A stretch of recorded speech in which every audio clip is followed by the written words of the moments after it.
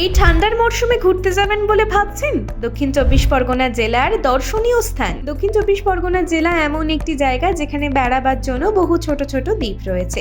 এই জেলার সাথে জড়িয়ে রয়েছে একটি দারুণ সাংস্কৃতিক ঐতিহ্য, সমুদ্র সৈকত এবং নির্মল প্রাকৃতিক সৌন্দর্য। সুন্দরবন ম্যানগ্রোভ ফরেস্ট, ইউনেস্কোর ওয়ার্ল্ড হেরিটেজ সাইট। সুন্দরবন একটি বিস্তীর্ণ ম্যানগ্রোভ বন এবং বিশ্বের বৃহত্তম বাঘ সংরক্ষণের একটি।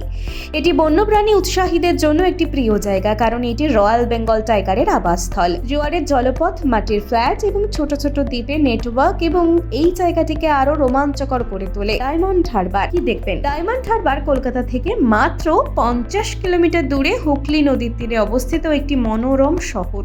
এটি শহরের কোলাহল থেকে একটু শান্ত, একান্ত এবং নিজের মতো সময় কাটাতে পারেন আপনি এখানে। বকখালি সমুদ্র সৈকত কি দেখবেন? বকখালি হলো দক্ষিণ চব্বিশ পরগনার একটি শান্ত সমুদ্র এবং সৈকত গন্তব্য, যা এর আদিম উপকূল এবং শান্তিপূর্ণ পরিবেশের জন্য বিখ্যাত। কাকদ্বীপ কি দেখবেন? কাকদ্বীপ দক্ষিণ চব্বিশ পরগনার আরেকটি মনোমুগ্ধকর শহর, হুগলি নদীর তীরে অবস্থিত।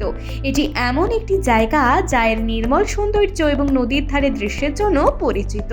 শহরটিতে বেশ কয়েকটি ঘাট এবং মন্দির রয়েছে। জম্বুদ্বীপ কি দেখবেন? জম্বুদ্বীপ ফেনরি দ্বীপ নামেও পরিচিত। দক্ষিণ চব্বিশ পরগনা জেলার একটি শান্ত দ্বীপ। এটি তার অস্পর্শিত সৈকত, সবুজ অরণ্য এবং আশেপাশের এলাকার অবাক করা প্রাকৃতিক সৌন্দর্য আর একটি ওয়াচ টাওয়ারের জন্য বিখ্যাত। সাগরদ্বীপ কি দেখবেন? সাগরদ্বীপ একটি আধ্যাত্মিক এবং প্রাকৃতিক স্বর্গ। এটি সাগর মেলার জন্য বিখ্যাত, একটি বার্ষিক ধর্মীয় মেলা যা হাজার হাজার তীর্থযাত্রীকে আকর্ষণ করে। দ্বীপটি নির্মল সৈকত এবং পাখি দেখার সুযোগও দেয়। কপিলমুনি মন্দির এখানকার একটি প্রধান আকর্ষণ। ভিডিওটি ভালো লাগলে লাইক, কমেন্ট, শেয়ার করে আপডেট বাংলা পেজটি ফলো করে নিন এখনই নতুন নতুন খবরের আপডেট পেতে।